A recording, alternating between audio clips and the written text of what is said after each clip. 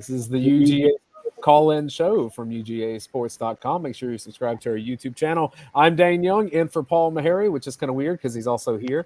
So, Paul, I don't know how you want to explain that to the people that were expecting your voice first.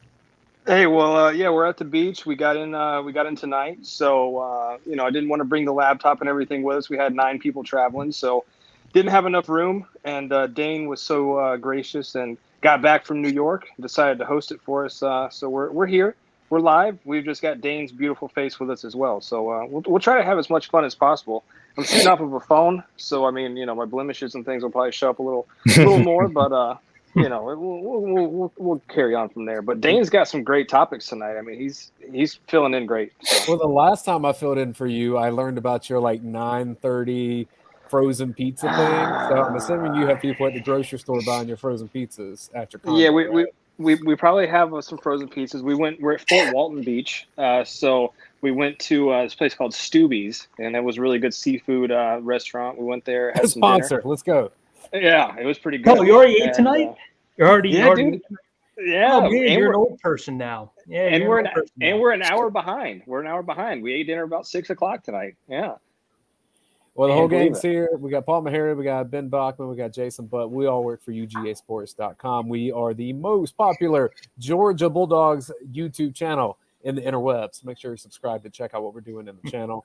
National champs, and we've taken over in terms of the coverage as well. Postseason baseball is what we want to talk about, not for Georgia because there's nothing to talk about other than, I guess, some more field renovations at Foley or whatever. But when the favorite gets kicked out of a playoff situation, really in any sport, it's kind of fun. But Ben, you were saying earlier for Tennessee, it's a little extra sweet seeing the Volunteers, the undisputed favorite to win the College World Series, not even make it there. Well, they're the most, and I never just trash other fan bases on here, but they're the most obnoxious fan base. I know people call them hillbillies and stuff like that. I don't really know. I'm not from Tennessee country, but they're the worst fans. I don't feel an ounce of sympathy for them.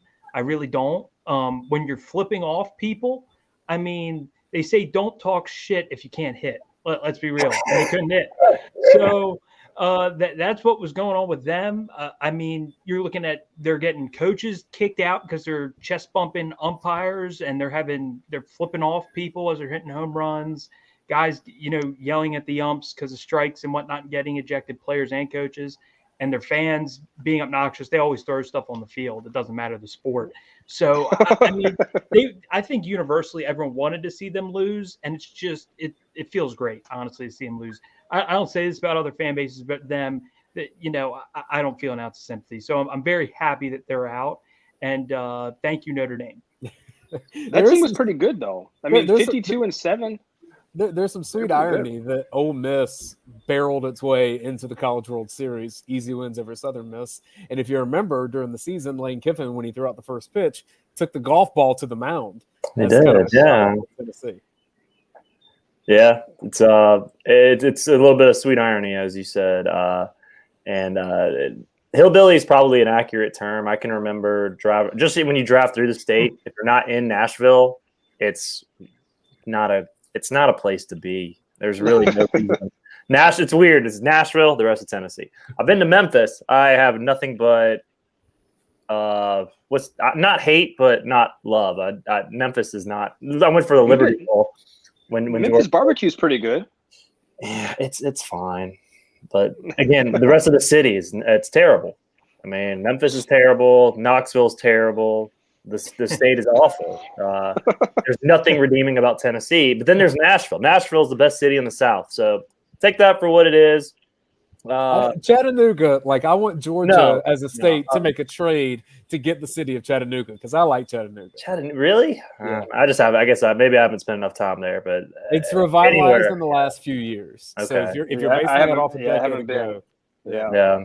Well, everywhere else I've been in Tennessee, I could do without in the great United States of America. So Nashville is spectacular, though.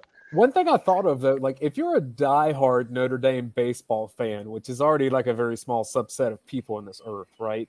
That means that you're going to spend 3 weeks, close to a month, in Statesboro, Georgia, Knoxville, Tennessee, and now Omaha. What a great summer you had, folks.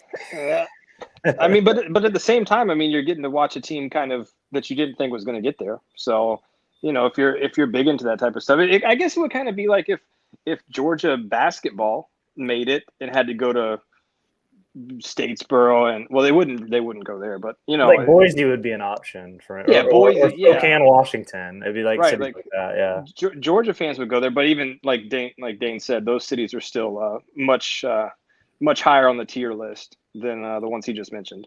Right. But moving forward, what else? What else? We're just crapping on Tennessee here because Ben wanted to get it out. He did. It Well, was I will praise you, seeping Paul. out of him. Actually, I'll praise Dayne because I know Dayne likes the Braves. I'm not going to praise you. I'm never going to do that. That the Braves won 11 in a row. So congratulations to Blaine and all to Dayne, and all the Braves fans. Not you, Paul. Wow, thanks. I went to a Yankees game while I was in New York, and I was like mystified with how boring Yankee Stadium is.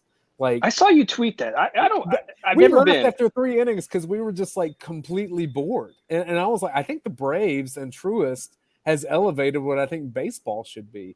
Well, because there's no good views. There's not much to do. Like literally, it's like, hey, here's baseball. I went to New York expecting the mecca of baseball, and I'm like, I'd rather be in Pittsburgh for a game. Yeah, I mean, I saw you tweet that, and then I was like, is he crazy? And then a lot of people started. After you tweeted that, everybody for some reason, I guess this weekend and the atmosphere and everything going on with the Braves were like, the Truist Park is by far the best field to go to in terms of fan experience, et cetera. And we might just be spoiled a little bit. You go to Yankee Stadium, say you leave after the 3rd inning, we might be spoiled then. Well, what was so bad about it? Like, just in particular. I mean, my wife and I just looked at each other like, would you rather be at a restaurant right now? And she's like, yeah. And I was like, well, me too. So we left. Wow. There's nothing to do around the stadium. And then like, while you're there, it's like, you look around, it just has no character, no personality. And I'm like, this is the best baseball franchise that there is in terms of like legacy and history. And you cannot tell. I don't know what old Yankee Stadium was like. I'm hoping it was better than that. But maybe my expectations were just too high. Well, I grew up in Baltimore, obviously, so I know Yankee fans because they I think this, Jason. Now you might be able to back me up with this theory. Those fans cannot afford to go to games in their own stadium. They can afford to go to the away stadiums because every time I go to Camden, I love Camden. I think it's the best ballpark.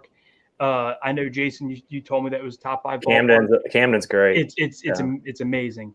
And I remember every time I've gone when we played the Yankees, there's always been fights. And it's always like there's some guy in his mid-20s who, if you quizzed him on the Yankees, if he knows like more than 3 players, he can't know more than 3 players. Like they're like that. And they go to away team stadiums. Because remember last time I went, and I was embarrassed. We were getting drilled. And I just remember these fans. I mean, half the time I was just taking pictures for Yankee fans with their little kids who came to a game. I'm saying, I'm like, oh, this sucks. But I just know that their fans, like, they litter away team games. Like, if they go and play the Braves, you guys have a pretty passionate fan base, so I don't think it would be as big. But up north, like every stadium, like they make up at least like a third of the stadium at every away game, those fans. So they go to a lot of the away games. I think it's because it's more expensive to go to Yankee Stadium. Could be. Mike Freeze watching from Hawaii. He says, what's up, Mike? Aloha, Mike. Jealous of you. Yes, very. Can we do the show from your house, Mike? Yeah. Write it off as a business expense. Get us out there. Fred F says, good evening, fellas. At some point before the season starts, are there plans to recap the memorable moments of the championship season? I think that's the summer. Like specifically, there's a little bit of that in almost everything I think we're doing at UGA Sports, like especially in the recruiting stuff and the logos everywhere. Over time, I think we'll recap it more, but there's plenty of stuff on this YouTube channel and UGAsports.com. I'd say we've turned the page a bit, but not completely. Yeah, I know I'm having some stuff that will be coming out, kind of recapping. And Dash has been doing the best play from every game so far. But yeah, we are. I've actually talked to Roddy about that, so that will be coming soon. Fred, we're not like Dayne said, we are moving a little bit forward, but we do plan to use this month and then July to kind of recap the season that was and all the great things that Georgia accomplished this past year. What I think will be memorable will be when the College game day before the season, they're picking, okay, who's going to be the teams to win it this upcoming year, and they say the defending champions, and that's just never been said in 40 years or since game day's been around. I think that's going to be unique. when will this finally kick in for Georgia fans? Because I have one of my best friends. He's a huge Georgia fan, alumni. I'm like, has it sunk in yet? And he's like, dude, I thought it would feel a little better than it does right now. Like, That's crazy. Yeah, like, when is it? I guess it might just be him, but like, I don't know if every Georgia is it going to be that first time the jumbotron turns on and they're recapping it in the stadium with 92,000, and that's when it like really hits, because you finish the game, right, and then college football is done. There is no more college football except for specialty shows like us. Like, you're not seeing College Game Day, every Saturday, things of that nature, right? You move on. College basketball becomes a big thing. Masters, spring training, baseball starts. So college football doesn't start swinging back around until, a couple months from now? Mm-hmm. So, like, I think that's when it's going to officially kick in for Georgia fans. Like, hey, we're the reigning champs, and this is why, if that makes sense. Like, I don't think it's fully kicked in for Georgia fans. Yes, you won the title, but like the bragging rights and things like that, I don't think will start until the season starts. And good God Almighty, the Georgia fans and the bragging on this is going to be crazy, even more than it is right now. I would think for a lot of my friends who also went to Georgia, it's still like I think it's sunk in for a lot of them, but it's definitely not there isn't much bragging. It's definitely more of still a disbelief. Like, I can't believe it actually happened. I didn't think it would ever happen. It's just that's not how Georgia has done things, and then for it to happen. So I haven't seen a whole lot of boasting yet. Kind of like the way Alabama, once they got rolling, they became, kind of the schoolyard bully about it. But I think I'm kind of with you, especially if they beat Oregon week 1. Yep. I think, and then they're rolling after that because you beat Oregon week 1. I don't think South Carolina will be in a position to get an upset, and I think at that point you wait until Florida before you're worried about a team. And I say worried. I mean, Georgia should still be the better team than Florida, but that said, I mean, I just think that you're going to be able to be in that position to be kind of the king of the hill at that point and really brag about and be in a position to puff out your chest a little bit.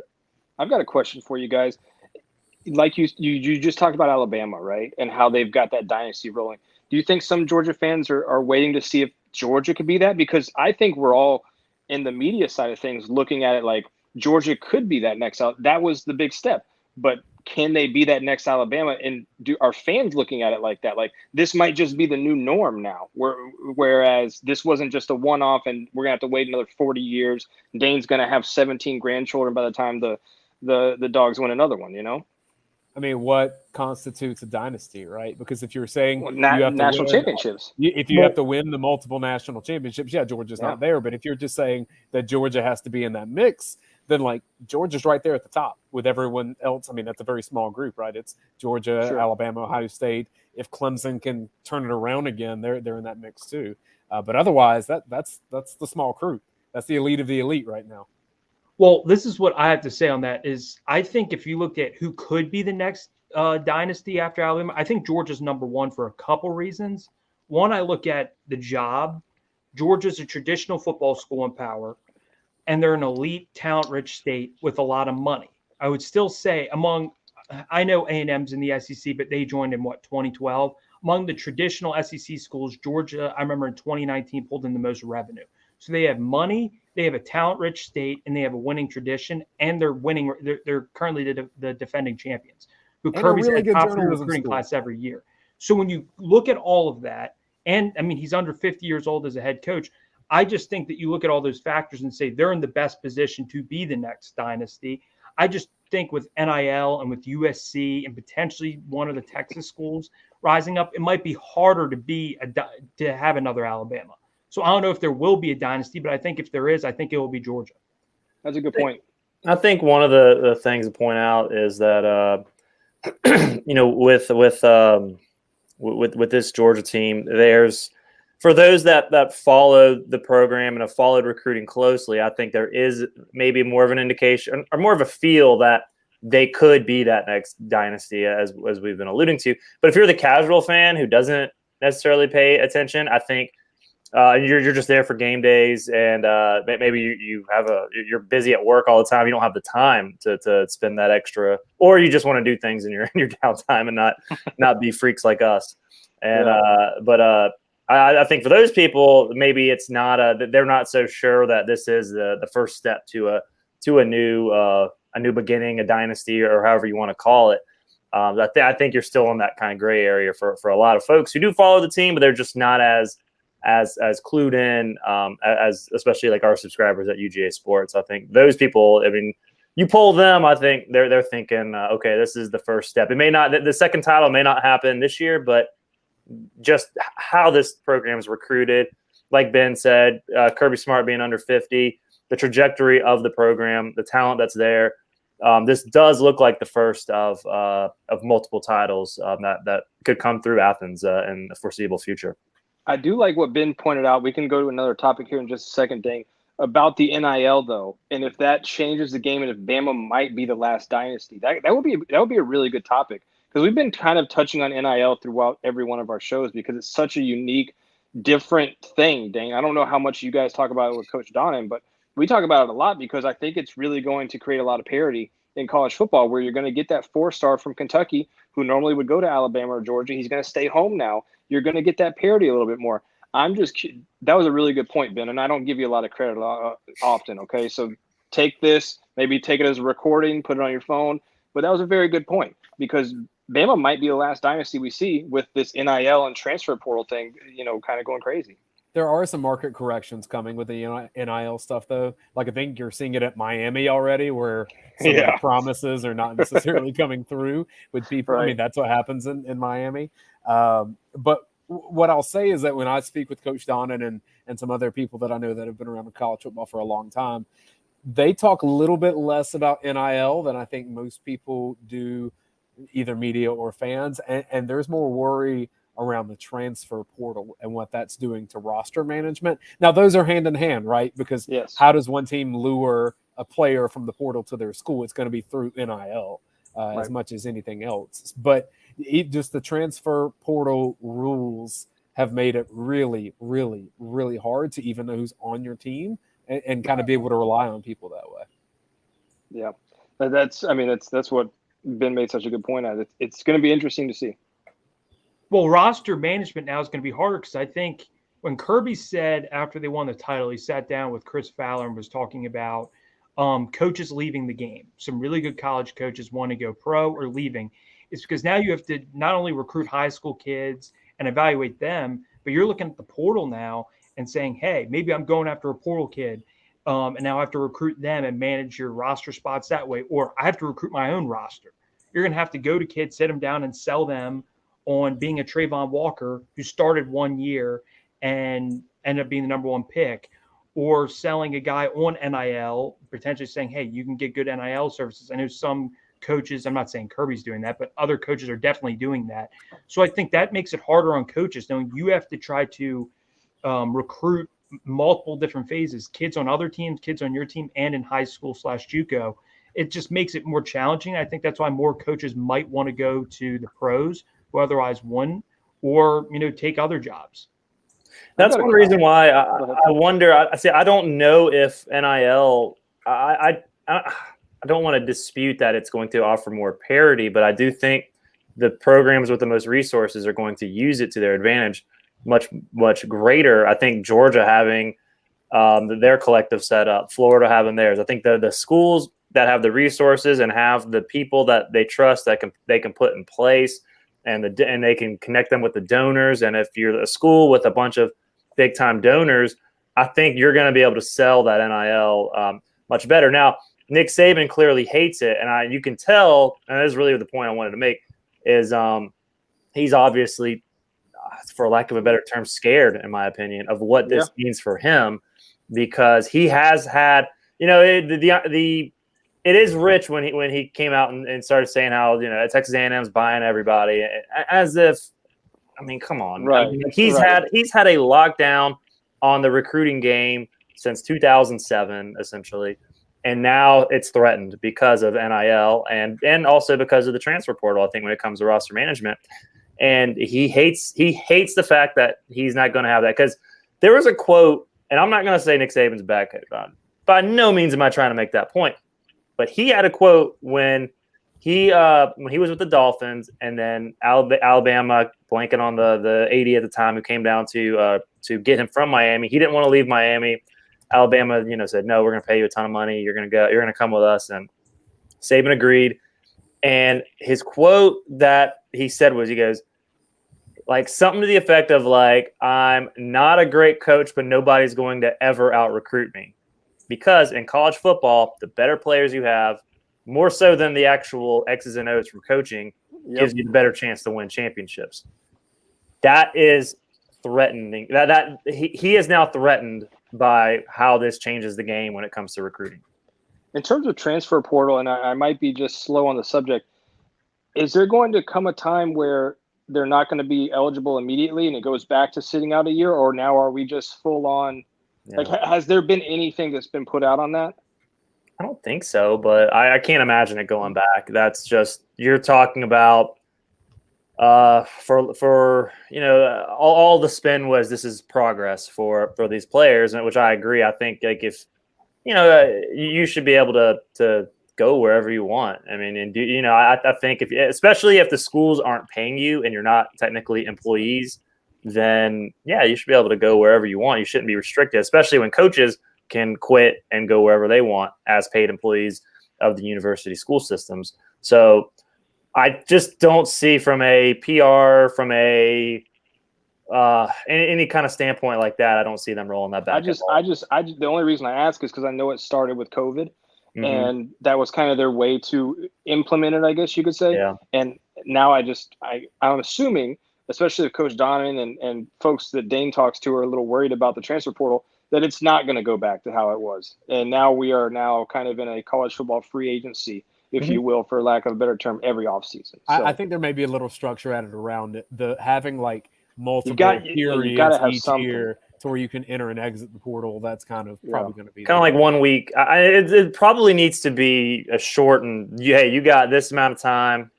Otherwise, you got to just sit out. Well, I mean, I would be okay with that. And it's not even that. It's you've got. I mean, we don't have access to the portal. I wish we did. But there's, I would imagine, probably over 1,500 kids, if not more, still in the portal that don't have a college scholarship anymore because they thought they had a better avenue. And, there's some good players in there, but maybe they were too high on themselves. Maybe they got bad advice, and now they don't have a scholarship, not just to play football, but for education purposes. So maybe you shorten that. Players came from Georgia. Who was the player that recently said that it might have been a recent draft pick who said that? I'm blanking on who that was. I'm blanking on everything today, but they said that they talked to former players at Georgia who were in the portal and they regretted it. Jackson? Yeah. Oh yeah. That's right. At league meetings. Yeah. And he said there were players who regretted that decision. And I think that it is, I mean, I think the grass is always greener for a lot of guys. Right. And I think in the past, I mean, Kirby's talked about it and other coaches have talked about it. I think the best example of it all is probably Tom Brady at Michigan. He said multiple times when he wasn't the starter by halfway through his time there, he wanted to transfer and he went to Lloyd Carr's office and Lloyd Carr kind of talked him out of it. And he ended up starting, he shared that last year, but he started as a junior most of his senior season and went on to become, if he doesn't leave Michigan, who knows what happens to him? Yeah, too bad he didn't pan out in the pros, I mean, it's one of those things that you just don't know. Like, does he even get a 6th round selection at that point? Like, does he go somewhere and not play? So I think that basically by circumstance, players in the past had to stay. Now they can leave, which I do fully support, but there are consequences to those actions. And I think that for a lot of guys, they're like, oh, I can't believe I'm not playing, but they just might not be good or developed enough yet. And there might, and then it turns out there aren't other programs willing to take that chance and they don't need those positions. And then they end up stuck in the portal. And like you said, they don't have scholarships anymore. So, you gotta be very careful and really think those decisions through. They're not just college free agency can be good. It can also be bad. So to each. By by way of awkward transition, only because I want to add some levity to it, here's a photo that made me laugh. This is Robinson Cano making a minor league appearance. You fell off. You fell off. Chihuahuas. You hate to see that. Is that a real jersey? Yeah, it's a real jersey. It was the SpongeBob night for the Chihuahuas. Yeah. So it was SpongeBob night for the Chihuahuas, and I know the Isotopes. That's Albuquerque. I don't know what city Chihuahuas is, but that's 39-year-old Robinson Cano in a minor league baseball game wearing a SpongeBob SquarePants uniform, which is just fantastic. I love it. You hate to see that. You hate to see it. I love to see it. Time to hang up the cleats, bud. Time to hang up the cleats. With that, let's get a recruiting update from one jersey to another. All the ones you see in the photos from UGA recruits. Not quite as big of a recruiting weekend as last weekend when you guys talked about Arch Manning a lot, as everyone else was a lot. Ben, what's going on with guys on campus this weekend? Well, another big legacy name you could say in the NFL, Todd Bowles, the head coach for the Tampa Bay Buccaneers, he was on campus this weekend because his son, Troy Bowles, one of the top linebackers in the country. There's actually an interesting note there. So Fran Brown coached Troy Bowles' older son, and obviously Todd Bowles' older son, coached him and recruited him. And then Glenn Schumann and Kirby are very much appreciated by Todd because I think it's well documented now. Louis Sean came out and said, the Buccaneers are going to draft me. And they appreciate Georgia players a lot, the Buccaneers and Todd Bowles. So that's something to watch with his recruitment. I've heard Georgia's doing a fantastic job recruiting him. I think it's between Georgia and Ohio State, and Ohio State's had a lot of coach turnover with the assistants since after the season. So I think right now Georgia's sitting a good spot there. Then you also had Tyler Williams, a wide receiver out of Lakeland, the same spot that Arian Smith is from. He's another one. He's a 6'5" receiver who's really fast. He's not quite Arian, but if you look at being a 6'5" receiver, his speed, he's crazy fast for a tall receiver. I know some people are going to look and say, is he a Tommy Bush or is he more of what his ranking is? I think he's more on that side. Georgia's coming out of the weekends looking very good for him. Brian McClendon told him he's the top guy on his board, and I think that really hit home with him. There's a couple of linemen, a commit, Ryquise McElderly, who's being recruited by Alabama and Auburn. He had a really successful visit. And Kelton Smith, who's out at Carver, who's a big target, who's a high 3-star. Georgia's sitting really good with him. I actually just put a future cast in for Georgia to land him. And then a couple other targets. Jonel Aguero, who's a safety who was at IMG, who's now back home in Massachusetts. He's a top 100 player. Georgia, he's supposed to commit the last week of July. Georgia's had a really successful visit with him. So it'll be interesting to see what happens with his next 3 official visits before he commits next month. And then lastly, Jamal Jarrett, who, interesting enough, Jordan Davis came in town this weekend, if anybody checks social media, and was dancing with the trophy. He came in town to recruit Jamal Jarrett, which I think tells you a lot about both Jordan Davis and his love for Georgia, and also when you look at how big of a target Jamal Jarrett is, because he's another guy. He's from the same area as Jordan in North Carolina, and he's 6'6", over 350 already. I mean, that is a large human being who's already rated as a top 50 prospect. So this was a very big weekend, and according to the early buzz, Georgia hit it out of the park for everybody. It's just going to be interesting because most of them are going to decide in July now. So this is a big month, and obviously they had another really good weekend. I was looking while you were talking to see if there was any obvious overlap with Georgia coaches and Todd Bowles. And immediately I thought of, was Monken together with him at all in Tampa? And that was 1 year apart. So Monken was offensive coordinator for the Buccaneers in 18. Bowles got there in 19 as the defensive coordinator. But then looking back at Todd Bowles, he was with the Miami Dolphins from 2008 to 2011 as the assistant head coach. And Kirby Smart, it was a couple years before, 2006, was the safeties coach for the Miami Dolphins. So I know that they know all the same people. They do, and there's that golf tournament that Bruce Arians. God, my brain is fried today. Bruce Arians does in Greensboro, and Todd Bowles obviously being tight with Bruce Arians. He goes to that same Greensboro golf tournament. Kirby Smart goes to that golf tournament. A lot of they're in that circle. Let's just put it that way. They know each other. Mm-hmm. They communicate with each other. There's a definite relationship there. Yeah, I think that it's crazy. This weekend, the amount of visitors. Last weekend, the amount of visitors that are super high on the dogs is nuts to me. I mean, you start looking at a class prediction here, and you could put in almost every one of these guys. Jamal Jarrett, the thing that stood out to me before we move on to the next thing, Dane, the biggest thing that stood out to me was the picture Jamal Jarrett took with Jordan Davis. They are almost the exact same size, and Jamal Jarrett is about to be a senior in high school. So you want to find your next Jordan Davis. They don't grow on trees, and not saying that Jamal Jarrett is the next Jordan Davis, but you got to start with the size and the height to at least try to make your next Jordan Davis, and he has that. So, it'll be interesting to follow where he lands. I think that the dogs have a really, really good shot with him. Well, you also got to look at with Jamal. He runs track, and I saw that video of him running the sleds with all the weights on it. I mean, that was insane to be moving at that fast with stuff like that on you. And also, one thing I noticed about recruiting, just a small thing, the kids who officially visited the first 2 weekends, Georgia has a great chance with.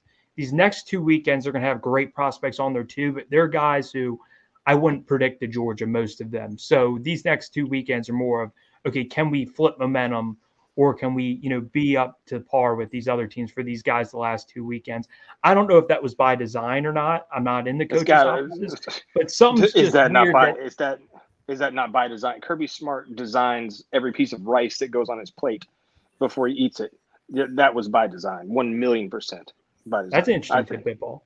That's interesting. Yeah, every piece of rice that goes on Kirby Smart's plate, strategically placed. You know what Kirby has for breakfast every morning? I actually know this to be true. Well, Nick Saban eats 2 oatmeal cream pies. He calls them Little Debbie cakes, though, because he does that, and then 15 minutes of the Weather Channel, but 7 of its commercials. He says all of that. Let's see. Kirby's breakfast every morning. I'm going to go English muffin with grape jelly. Whoa. That's very specific. I'll just say scrambled eggs and toast. I think Jason's closest here because this is Mary Beth makes Kirby Smart 2 fried eggs every morning. I like fried egg. Like a fried egg. Fried eggs are good. Paul, do you have pizza for breakfast too? Dane, next topic, please. Hey, real quick, I wanted to answer Fred's question down there about NIL. Oh, what Fred's asking? Fred's throwing some fire out again? Says, is it out of the realm of possibility for a school like USC to make an offer to get Brock Bowers back to the West Coast through NIL? And you can't, because that's he's already making good money here. Yeah, and he's also positioned to be a top 10 pick. Hey, Ben, did Jason want to answer this, or did you? It's cool. More so legally they can't, because as long as he's at Georgia, not to say these teams don't do it or they don't have reps that talk to other representation and all that. Bowers does have an agent for NIL purposes, but no, they legally they can't communicate. Bowers is going to be making a lot of money this year, so you don't have to worry about USC kind of sneaking through the back door to get him back on the West Coast. Let me add one thing here too, Jason. There's a lot of unwritten rules in college football, right? Where Jimbo's talking about, oh, you don't want to know where you can find the bodies, Nick Saban, like all that stuff, right? Yeah, like there's a lot of unwritten rules, right? If Kirby Smart's still the head coach at Georgia and USC were to somehow, because you can talk to Brock's parent, you can make a way to tell Brock, right? That's kind of an unwritten rule that you don't do. Even before NIL was, you try to take a kid but if once the coach leaves, it's kind of fair game. But it's an unwritten rule, and that's where Kirby, I think, would very adamantly step up and be like, no, USC, you're not doing this. So to put that in perspective, no, it's not going to happen. But I think that's one of those unwritten rules. As long as the coach is still here, you don't go fishing in the pond. Correct. That may be kind of the code, but that code gets broken often. Of course. I'm saying in the case of Brock Bowers, like your star tight end, you're not going to let that code get broke. Does that make sense? But even then, I think, all right, so if USC sends a rep from their collective to talk to Bowers' agent, for instance, Bowers' agent's going to say, F off. Like, Right. we're good. We're making money. He likes Georgia. We're good. That last part is the key to me. The making money, he would do that anywhere. He likes Georgia. If it were a player that was slightly disgruntled, I mean, it doesn't take much to get from slightly disgruntled to wanting to leave, right? But Georgia's had where Marius Mims was disgruntled, and he went to go flirt around with other schools and make Mike Norvell clap awkwardly on a carpet with some music playing from the car. But then he turned around and came back to Athens, and so he did. Well, hey, with Dayne, Bowers, he already has a deal with Zaxby's, right? So he has a deal with Zaxby's, and he's also playing for a good team. No offense to Pitt, but when Jordan Addison left Pitt, they're not really a big brand college football team. So I think those two, and also Jordan Addison made some good strides last year. They had a number one or first overall pick, first round pick quarterback from Pitt to USC. Yeah, of course, yeah. Like there is a difference there. He also lost, but again, like he also lost his quarterback to the draft. So you're not going to stick around Pitt when you're that type. Dayne, I can't highlight the comment. Can you highlight Jeff's comment for us real quick, and then we can move on to the next thing? What do they serve breakfast at Motel 6? Yeah. Ben, what do they serve there? I eat Cheerios every day for breakfast. Plain. I don't pour milk in it or anything. So that's I guess that's what Motel 6, they just want to be like me. Dayne, so you missed it. So we this is week 3. She hasn't been back, but Ben's estranged lover came into the YouTube chat and said, sorry. For everybody watching, I'm sorry to recap this again if we're going through it, but this will probably be the last time we do, unless she shows back up. But Ben's estranged lover showed up in the chat and said, so sorry, this is the only way I can contact you. You've blocked me on all other social media. I just want you to know that I love you and I care for you. This is fantastic. Yeah, and then y'all shows are way better than ours. Yeah, then she said, what did she say about the Motel 6, Jason? Like, you left your belt? Yeah, he left I left my belt, apparently. My belt, I left it. And so Dayne, you know how it operates, right? You host a show. If somebody gets out of hand in the YouTube comments, you time them out or ban them, right? So I timed out the account. 5 minutes later, the account comes back. So if it was a bot, Dayne, you can back me up on this. You're very good at this. The bot would have just left, I assume, right? The bot then came back, and that's when we found out about leaving his belt at the Motel 6, and then found out that they left the light on for him. And Ben didn't know what that meant. So it's been a running joke ever since. Do we think that left your belt is like code for something else? Yeah, we do. We've been looking into that. Stayed at a motel? Real talk. I've never stayed at a motel in my life, and never intend on staying at a motel in my life. That's what you say, but your sources claim I've been at a motel, but my sources, myself and my body, say no. This may reveal a little weirdness about me. If I just ask you to name the sketchiest hotel with the most, or motel, which either, like the one that comes to your mind instantly, you would tell people. Ramada Inn. No, but see, like mine's as specific as there's a trade winds off of the interstate I-75 just north of Forsyth. That. Never stayed there, but like. Well, it's the one in Athens. No, I don't want to disparage an Athens business. Never mind. No, yeah. Don't do that. We know I know what you're talking about. Yeah. I've had a friend visit over there before. I've heard stories. Yeah. Funniest Athens story I have right now is that Chelsea's on Baxter Street. Oh yeah, great which used to be a gentleman's club, is now going to be a wedding venue, which is just. Yes, it is being revitalized right now, and I forget the name of it, but it is going to be for weddings and events, which is just great. Yeah, like you said, I think you said, Dayne, in a tweet or a comment or something, you were like, somebody's uncle is going to be like, man, I've been in here a time or two. I didn't need directions to get here. Yeah, right. You remember that old Chelsea building? Yeah. Oh yeah, I've been here. Yeah. That's where you're getting married at, boy. All right. Yeah, somebody commented and said it's better than the bride saying, "Yeah, I worked here at one time." Oh, that's rough. Time for another awkward transition, and this one is Chip Carey's suit jacket 2 nights ago. Not bad. Chip. Really, Ben? Would you I don't rock think that that? looks bad. You The don't The think this is a matching's a bad little look? bit. It's a little sus, to say the least. Ben, you would rock I don't- that? With the pink jacket's fire. At the Loud Motel 6 it colors is. are in right At the now. motel, yeah, the Motel 6. That's a Motel 6 jacket for sure. No, but You're giving he vibes needs, off. he needs a pure white undershirt I agree. instead of plaid, But that- and it would be fine. The jacket by itself is not fine. Let's be Ben, I'm clear. questioning the judgment of everything you've ever said if you approve of this jacket. All I know is my wife's really big into fashion, and the vibrant colors like the pink, like the lime green and orange, like that's in for this spring for whatever reason. A lot of women are wearing, like, I'm not saying this is a women's blazer, I don't know, but I assume it's not.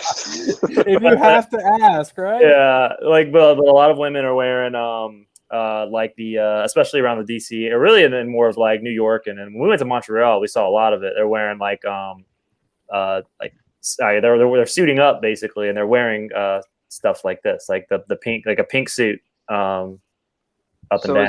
So you're saying Chip's in trend then? He's in trend, yes, very much. Wow. In terms of the colors, yeah. I'm saying Wow. it's a cry for help. So while I was in New York the last 3 days, it is a state that does allow sports gambling.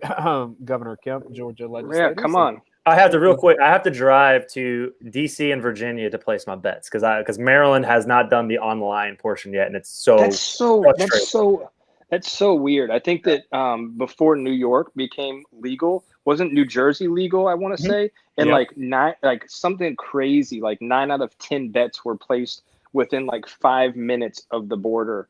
Yeah. Jason, when is it going to open in Maryland? Dude, it might not even make it for football season. Like they're waiting on some study to they want to be very inclusive when it comes to who can, or at least that's what they've said. I think it's written into the law, so they had to do some study to make sure that people aren't going to be left out of the process. But I don't understand why. Here's the study. Open it up and let people gamble. Then they're in the process. So, like, here's the thing. Like, they have what the casinos that are here now can take bets on site. So I don't know why those places can't have their apps running while they figure the rest out. So they're losing money. It's insane. I literally DC and Virginia. I just drive over and the geolocation finds me, and I'm losing money left and right. It's great.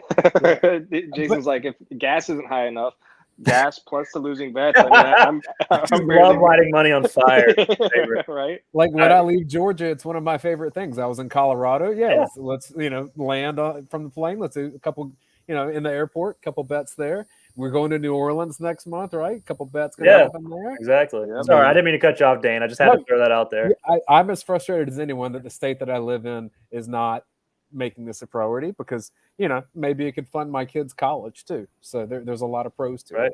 Or it could defund your kids' college very quickly, Dane. And if you watched last week's episode, I'm on that train. So let's. Oh yeah. Maybe let's. Paul, NBA betting analyst. I'm saying I'm going to make bets either way. So my kids need to go to college on someone else's dime. So I just need to contribute to that process. Oh, Jason, I drive up to PA. The casino up in PA. Maybe that's the Motel 6 I was at, for all I know. You must have. You must have had a bad night gambling, and then you didn't even remember the incident at the Motel 6. Low Elo Joe says Harry Carey just rolled over in his grave with that photo of Chip. Yeah, it's rough. But hey, it's in fashion. But and Ben might be up on the fashion. I don't know. All right, let's wrap with a little Georgia gambling talk here, and just kind of because when I was in Colorado about 6 weeks ago, they didn't have a lot of college football odds up. I use DraftKings. That's not a promotion for them, but if they want to sponsor us, even though you can't bet in Georgia, whatever, that's cool. Over under total for wins in the regular season, 10.5 was the line, which I'm thinking, how do you find 2 losses on that schedule? Which is not it's not saying that Georgia's necessarily that great, though I think they're a really good team, but it's like, that's an easy schedule. I can see you dropping 1 somewhere. That happens in football, but dropping 2, I don't know. It seems like that line is banking on an injury or injuries. You don't want to commit to 11. You don't want to go too small at 10 or 9.5 because that would just be stupid. So I think it's I think that's where that line's coming from. That's what I was telling Dayne pre-show. If they go 11, everybody's going to take the under. 10.5 though gives you that skepticism, and Vegas. I mean, I hate it so much. Vegas is right most of the time though. Like it's weird. You know, they're within like a point of every NBA game, and you're like, what? How does that make sense? You know, Kevin Durant fouled out 16 minutes ago, and they're going to win by 3. You saw that coming? What? But you know, they're close on everything. It's interesting to me though, because I think if you put 11, people are going to take the under, but that doesn't make sense because I don't see 2 losses on Georgia's schedule. But obviously Vegas, somebody does. You know, somebody does. Ben, you're a betting expert apparently. You see 2 losses on the. No, I don't. So I look at it as, okay, who's the 3 hardest opponents? So you have Oregon week 1 against a first-time head coach traveling cross-country to Atlanta. And I don't think Oregon's as talented as Georgia. Then you have, I'll just say at home against Tennessee's on there because they're a unique team with the offense and how they're built. And it's still, I guess, a rivalry game to most people, especially I don't like Tennessee fans. So, yeah, I'm going to throw them on there. And then I would say at Mississippi State is the other one because Mississippi State, I think it was JT Daniels' first start. They gave Georgia fits that game, and Mike Leach and the air raid. They're an interesting team to me, and it's a road game in the SEC West, which is where Kirby's lost most of his regular season games. So I would say they're the 3 most challenging, and I wouldn't predict them to lose any of them. Now, could they lose 1? Yes, and guess what? You would still hit 11 wins, so you would hit the over at 10.5. So I think it's still I would bet the over. Are you coming with us to Vegas? Or not Vegas, New Orleans, Ben? No, my mother's turning 60. Oh, happy birthday. Happy birthday. That weekend, so. I know you're upset, Paul. See, Paul seriously does love me, but, you know. I was just surprised the line wasn't 11.5. I get why you wouldn't make it 11 because then you get a push and there's just. Oh, if it's 11.5, I'm betting. Everybody's betting the under. Yeah, I'm betting your kids' savings on it. I'm betting my house on it. I'm betting the under because something can happen. I mean, you also if they lose twice, if they lose to Oregon week 1 and then drop a late season game, still win the East, then they still have to win the SEC championship. And at that point, no, it's just 12. The SEC championship wouldn't count because it's just regular season games. Right, so. right. I don't know. I think that's a good line. I think that's a good line, to be honest. You say if they lose to Oregon, they're 17-point favorites. Yeah, the games in Georgia. I don't think they're going to lose to Oregon. I'm just saying, if you lose to Oregon, your margin of error is a late season screw up. Against Tennessee or Mississippi State or even the game in Florida. I think that's that, and then injuries, of course. Like if injuries happen to Stetson and then QB2 Carson Beck goes down, I mean, then what? Yep. Oh man, I mean, if something happens to Stetson, they're in the same spot with any of the quarterbacks they put out there, in my opinion. Yeah, like someone can emerge. Hold up, what? I don't think Carson Beck is that good of a quarterback, and if anything, like Vandegrift's inexperience is not going to. I'm saying not. You interpret that as me saying that if Stetson goes down, nothing changes. What I'm saying is, if Stetson goes down, regardless of the 3 quarterbacks available after that, I think you're in the same spot. I wanted you to clarify that because I read that a different way, and I was like, I appreciate that. Whoa. You know what I do have to think about that? I guess a little off topic, but if Stetson did go down, I think they should go to Vandegrift because I think he could run a similar offense to Stetson compared to Carson, and I think the continuity. That's just a little side thing. This is my opinion. Man, that would make for a hell of an interesting POS show after that game. Who comes in if Stetson gets hurt and plays significant minutes? I'm just saying. But I'm Team Beck because his grandma came onto the show. Oh, Miss Carol. So, Jeff here is mentioning, there you go. Yeah, Dayne just made an enemy. Yeah, no me. So yeah, Dayne. I don't know about you, bud, but Dayne didn't make an enemy. I think I did here. I'm in the business. No, Dayne just said Beck wasn't that good. You make friends and you make enemies. Yeah, all right. Not a person on this planet has hyped up Ladd McConkey more than I have, and someone from his family reached out to me and said, "Hey, thanks for that." So, like, you get both sides of the coin. Yeah, well, we're just so you know from here on out, Dane, the call-in show represents Team Beck, Miss Caroline. We have a little bit of bias here, just we ride with Beck. I'm riding with Vandergriff. So here we go. I'm invading. I want to bring my people. You bring your people. I might have to go with Dane here. I'm a bigger fan of him as a host than you, so I have to go with him. Dang. Are we done here, Dane? No, we're not. We're gonna sit on that for a while. That's that praise. Conference odds to win the SEC. What do you think Vanderbilt's number is? Plus 10,000. Plus 100,000. 100,000. Holy cow! Yes. Why not? 100,000? Yep. Did you guys see the stat when Georgia played them this year about they have like the same amount of wins post like one of the world wars they do after? I'm like, you're showing this up as they were a powerhouse before the World War, and I'm that's an insult. Yeah. They're crazy. Like what program Vanderbilt was 100 years ago when like only one skin color was playing. Like, what are you talking about? Like what? Who do you think is the team in the conference with the second worst odds to win the league? Oh, Mississippi State? No. It's not anybody in the East. It is. It's Missouri at 30. That's who I was. Dude, I always forget about Missouri being in the East, to be honest with you, because they're on the West.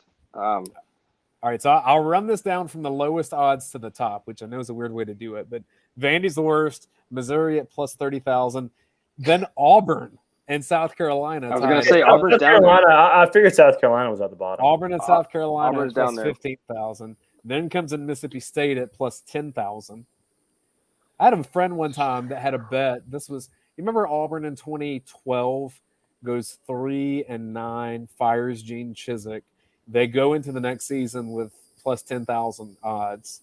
Buddy of mine put, I guess it was $10 on him. He was in Vegas.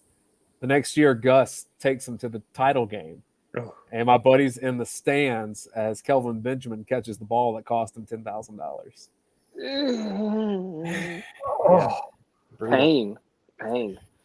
So Mississippi State's at plus 10,000. LSU at plus 7,000. Arkansas at plus 6,000. Excuse me. Arkansas above LSU. I like that. Go Pittman. Arkansas has been the most solid 3-sport program this year. Kentucky also at plus 6,000. And then Ole Miss and Tennessee at plus 5,000. Florida's at plus 4,000. Fourth best odds for the league. No shot. A&M at plus 1,600. No shot. And then Georgia at plus 135. Alabama, the favorite, at minus 125. Wow, those odds. Am I crazy? Yeah, I am crazy. I was going to say, am I crazy to think Tennessee would be a good value bet? But they have to play Georgia and Alabama, so that's tough. Tennessee would be a good value, though. Because you said Tennessee was, what, 5,000? Plus 5,000? Yeah, Tennessee's plus 5,000. What scares me about Tennessee is that, like, that's a team that, like, all right, what if they did the impossible and pulled off a win against Alabama, which they haven't done, but, like, once in almost my life or something. But I could totally see them losing to Kentucky in the following couple of weeks. That's true. But I'm saying, like, in terms of just – because I like value, right? I think that's a decent, like, plus 5,000 for Tennessee is probably the best value. Mine, of course, obviously taking Georgia at 135 out. I would say something like LSU, just because, like, if they get on a heater, like, that's a program that can pull it together. I think it's a year early. But. Yeah, I was going to say Brian Kelly could do something, but at the same time, you're right, a year early on them. Mississippi State's decent value, but, I mean, they just don't have the horses. I love Leach. I love his teams. Ben, you mentioned it earlier, when Georgia plays them, it's going to be frustrating for Georgia fans. It's going to feel like preparing for the triple option again, where it's like, oh, we don't do this all year long, and then all of a sudden we have to be invested in this for a week, and it's just brutal. How many times do they run the ball? Like Mike Leach's offense. Like, I'm curious if he's ever even ran the ball 100 times. His offense is in a season. Like I guarantee he's had several seasons where it's like under 100 rushing attempts. But every Both of pass you is for 2 yards. But both of you guys are scared of Mississippi State. Are you scared of Mississippi State, Jason? No, because I don't Yeah, think I'm not I don't either. think they'll be able to hang on the one thing I'm about much- Mike Leach's teams is they never play defense. He I'm much more- never does anything on that side of the ball. I'm much more scared of Kentucky than I am of Mississippi State. That's just me. I mean, I don't I mean, see firepower. Kentucky will play defense. I mean, that's the thing. But you're also on the road. But like the longer doesn't matter to me. the longer Mike Leach is at Mississippi State, the worse that defense is going to get. That's just how it is. I mean, historically with him. So he's somebody that in the SEC, as long as especially if he's at Mississippi State, I don't think he'll ever get over the hump.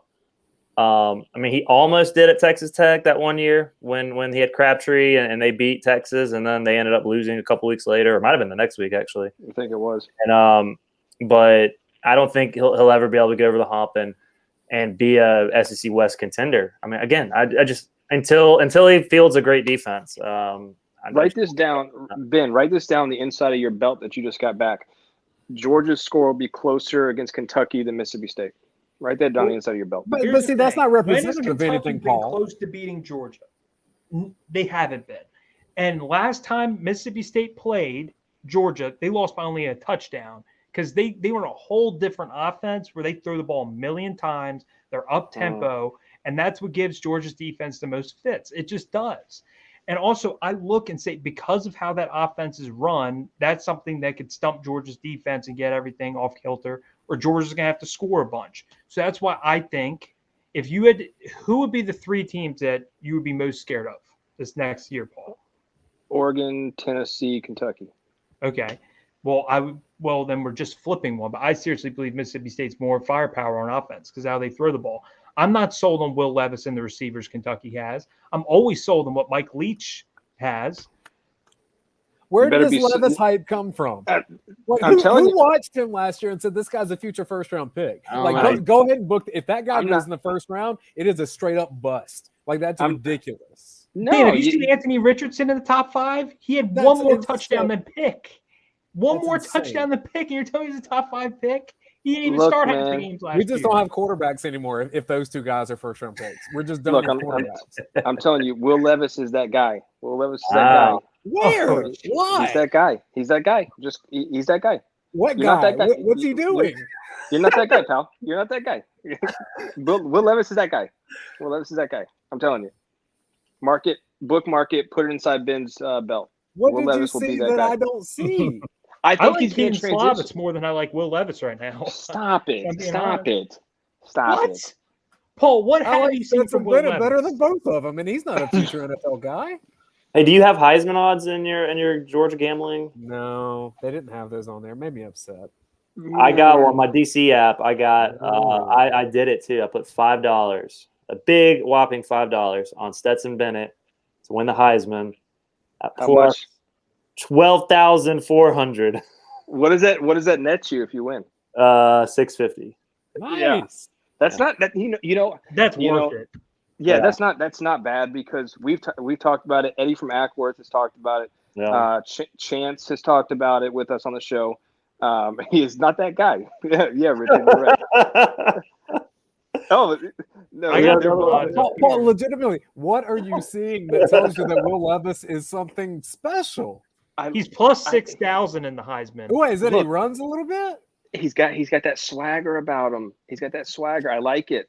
I'm just telling you. Dayne. Did he have a throw that went past 10 yards against Georgia last year? I know. They were all screens.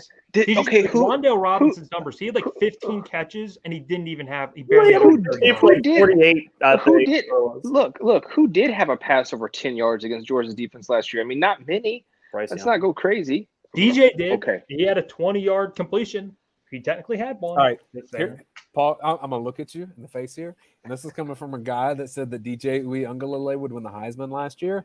Yep. You have a worse quarterback take than I do. No, I'm telling you right now. I'm telling you, like legitimately, I'm on the Will Levis hype train. And when it comes time for you guys to hop on the train, it's already going to be well left the station. It's going to be well gone. Paul is just It's not coming back. anti-Starkville and me, and that's why he just knows Will Levis has to be his savior. I'm looking at you, and I can read you, Paul. That's why I own you in trivia and everything I do. I know your strategies inside and out. If Levis is a first-round pick, it's going to be from one of those teams like the Texans or the Jets, that just like cannot I'm do not a saying. quarterback. Look, I'm not saying he's a first-round pick. I'm just saying. What? I'm not. You're That's saying not he's what that I'm dude. saying. I'm saying he's that dude. Yeah. I'm saying he's that dude. He What will, does that he dude will, mean? That dude means that he will do more with Kentucky against Georgia than Will Rogers and Mississippi State and the crapshoot offense that they do. Oh, Will That's what I'm Rogers saying. is better than Will Levis. Will Rogers is the second-best quarterback in the league. What? Stop it. Paul, you're taking what? You want Go to look at compare the numbers. Hold Go on, look I at might the have to numbers. pull this up. If Will Levis was on Mike Leach's team, you don't think He That's wouldn't my be on Mike point. Leach's team because he can't throw. That's my point. you're not that guy. You're not that guy. You're not. Will Levis is that guy. Oh, Ben, you He's were that right. Paul's got trash takes, man. I'm Hey, gonna man, we come keep it back fun. on throughout the season. keep it- Wow. Yeah. Hey, Lowe's right. Just remember Paul said this at the end of the season. You're exactly right. You're exactly right, Lowe. Exactly Let me find right. Kentucky's national title odds with that guy at quarterback. Oh, it's the same as Mississippi State. That's so funny. No. This guy said I like motels more than Will. I guess so. All right, here's teams that have odds of plus 10,000 to win the national championship. Mississippi State, Kentucky, Nebraska, NC State, Iowa, Arkansas, UCLA, Tennessee, Pitt. Look, I'm not Yeah. saying that they're going to win the national title. What I'm saying is they're going You're to be not a saying tougher. anything. No, what I'm saying You is they're going to be. contradict yourself in your very next sentence, Paul. No. You just What I'm shouldn't talk at this point. No, what I'm saying is Will Levis and the Kentucky Wildcats will put up a bigger fight against Georgia than Mississippi State will. All right, so here's my thing That's all I'm about saying. this. Are you basing this off a point spread? Because here's the difference for me. When I've seen Kentucky compete well with Georgia over the last couple of seasons, and by that I mean you get to halftime and it's not a blowout. Sure. At no point have I felt like Georgia's in danger of losing this game. That's not the case with that Mississippi State game a couple of years ago in Sanford Stadium. There was a time in that it gets like early fourth quarter, you're like, if this could go a little sideways here. I've never felt that with Kentucky. Not you're gonna anywhere in the Hoops era. you're gonna feel it this year, I think, Because of that guy.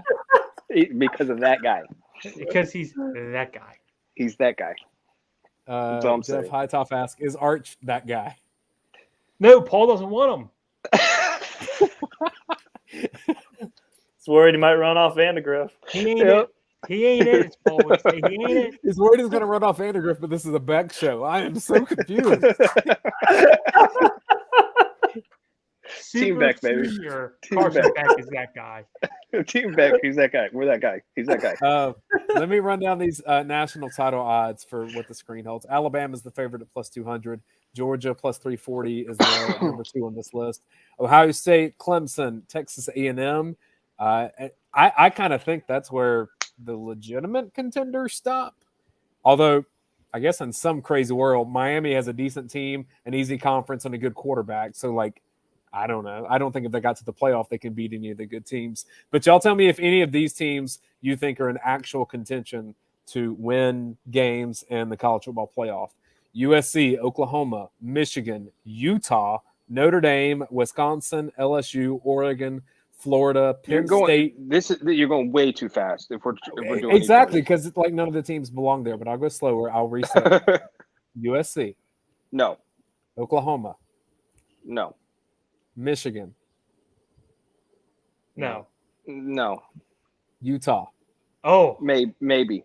I like the Utes. I like the Utes. They might get there. No, They might get there. We're talking about I winning, think they not have getting. one of the I'm talking easier about paths winning, to get- getting to the national championship. No. I'm saying winning No. a game in the playoff to get to the national championship. To No. get to the Utah national. gets there, they To lose. get to the playoff, yes. To win a Yes. game, no. Notre Dame. Right.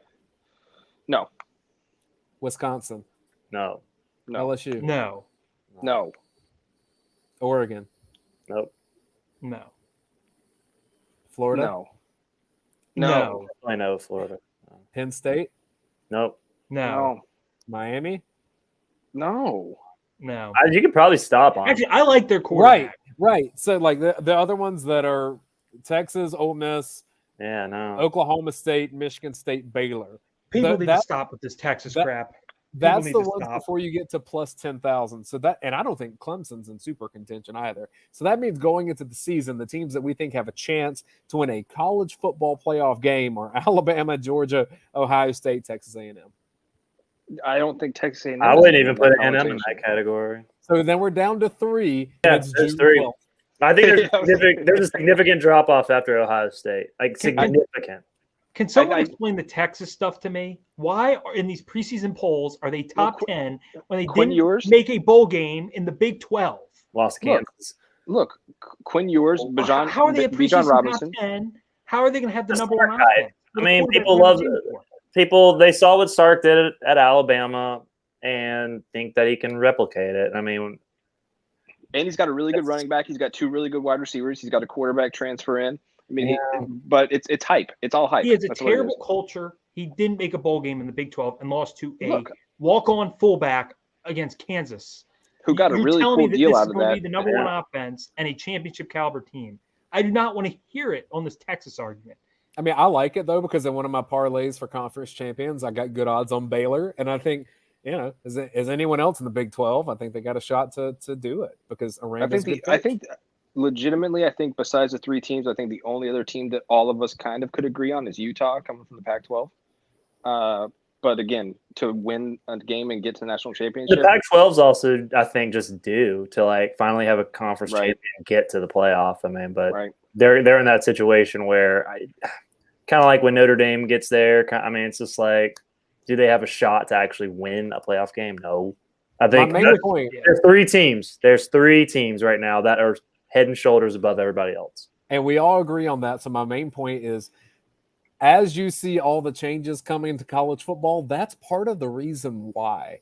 Because in a sport that lacks parity to that extent, that on June 12th, you can say 3 teams are in legitimate contention, you're going to see people, not only with money and what to be made there by playing more games, you're going to see people, how do we find ways to get more people involved in this? Yeah. Because there's more money to be made when more people are involved. It's crazy though. It used to not be this way. You used to have to go into a season and you could make a case for 10 to 12 teams. And I mean, ever since Alabama got it rolling and then Clemson came on board, but it's just like, it is crazy how it shrunk to where every year going in, you're just like, well, yeah, 3 to 5 teams every year, which is, it's wild how the landscape has changed for, where most sports parity has become greater, it has not in college football. Elo Joe says he's a Utah fan on week 1 because Florida. Oh, that's gonna be also, rough. Wait, for I actually have a quick thing. Like any of you actually believe USC will win a championship under Lincoln Riley? We haven't seen what he's. No, I don't think he can. Are you saying a national championship or are you saying conference? Yes. I think he could. Pac-12 is pretty easy. Yeah. There's potential. He doesn't have the linemen on either side of the ball, is my thing. Especially in the West Coast, the linemen are not on the West Coast. He'll have to, but I think he's a good recruiter. I think he'll be able to recruit national. USC will sell. It'll sell these recruits, and he'll be able to point at all the guys he's coached that are in the NFL and. Oh, do you want to come block for this quarterback that's going to be in the Heisman race? Because I get most of my quarterbacks in the Heisman race. USC is not they're not a solely local. Well, historically they're not. I mean, but they obviously haven't been what they once were. But he's banking on turning around again. It's such an uphill climb though for all these other programs that haven't been there. I mean, we're talking like we've said, there's 3 teams. It's crazy. We've gone over time, so that means next time that Paul says to come on and produce for you guys, I can bring on my why college football needs promotion and relegation argument, because that one's always sitting in the hopper. I like it. Yeah. Hey, I told Dayne this was going to be a 30-minute show. We ended up going an hour 10, but we had some really good talks. Ben talked crazy for a while. You talk crazier with your Levis stuff. You're still the same delusional clown, which you bring the ratings. Or the Look, I'm telling you right now, you guys are going to look back on this and be like, "Damn, Paul, you were right with the Levis thing." We need to save this footage. Right for all you Paul, said Paul, he one was quick that question guy, before and we I don't sign know off. what that means. Paul, on your notepad before the season, all those bold predictions I had. Oh yeah, I got them all right. Correct. Yeah, you got So thank you very much. That's all I That was needed. more recruiting, though. It wasn't that. But guys, before we leave, I'll let Dayne do the official sign off. First off, I want to say thank you to Dayne for hosting this for me since I'm at the beach. And thanks to Ben and Jason for jumping on with us as well as always. Guys, hit the like button on this video so we can beat Rumors versus Facts tomorrow. We always like beating those guys, but they're a tough matchup, guys. So we need you guys to hit the like button for us. And then, as always, Dayne, Coach, and Roddy are our toughest matchup. So we really need you to hit the like button on this video. Let the algorithm take this thing off and see what we can do. I mean, we're doing good in the podcast downloads against those guys. It's just the views we're struggling, you know. So, you know, if you can hit that like button, share it with a friend. Maybe we can overtake Dayne this week on the coach's show and, you know, take off. But no, in all seriousness, I appreciate you, Dayne, and I think I'm gonna go walk on the beach. They're having a wedding out here for like 2 hours, so I think I might go crash it. Yeah, I might go crash that thing. Wait, Yeah. are you going to take their food, or are you going to like take one of your frozen pizzas out there? Probably do a little FP, in the oven. Get it out there. You might text For Will sure. Levis to see if he's around. Maybe y'all can do a dance together at the wedding. Hey, he's that guy. He's that guy, pal. He's that guy. And with that, have a good night, everybody.